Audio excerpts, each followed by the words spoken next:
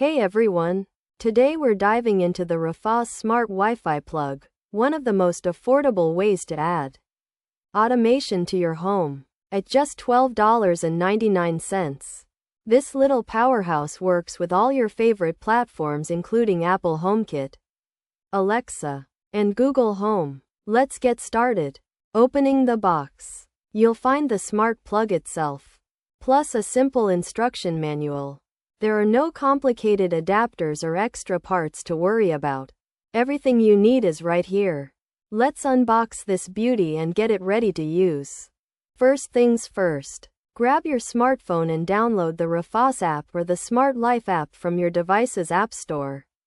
It's completely free and takes just a minute. Once installed, create a quick account. You'll use this to control your plug from anywhere in the world. Now plug the Refoss into any standard outlet around your home. Open the app, tap Add Device, and scan the QR code on the back of the plug. Select your 2.4 GHz Wi-Fi network. Note that it works best with 2.4 GHz, not 5 GHz. Enter your password. And boom! Your plug is connected. The whole process takes about 30 seconds. Once connected, you can turn any device plugged into this outlet on or off right from your phone, even when you're thousands of miles away. Want voice control? Easily add it to Apple HomeKit, Alexa, or Google Home, and then just say, "Alexa, turn on the lamp," or use Siri.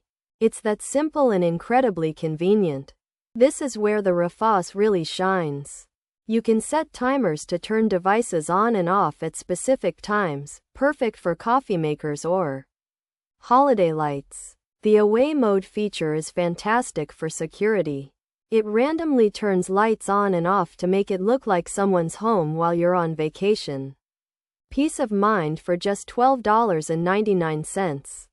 Here are some pro tips to maximize your Refoss plug. Buy several and automate your entire house. The app also shows you real-time energy usage, so you can track consumption.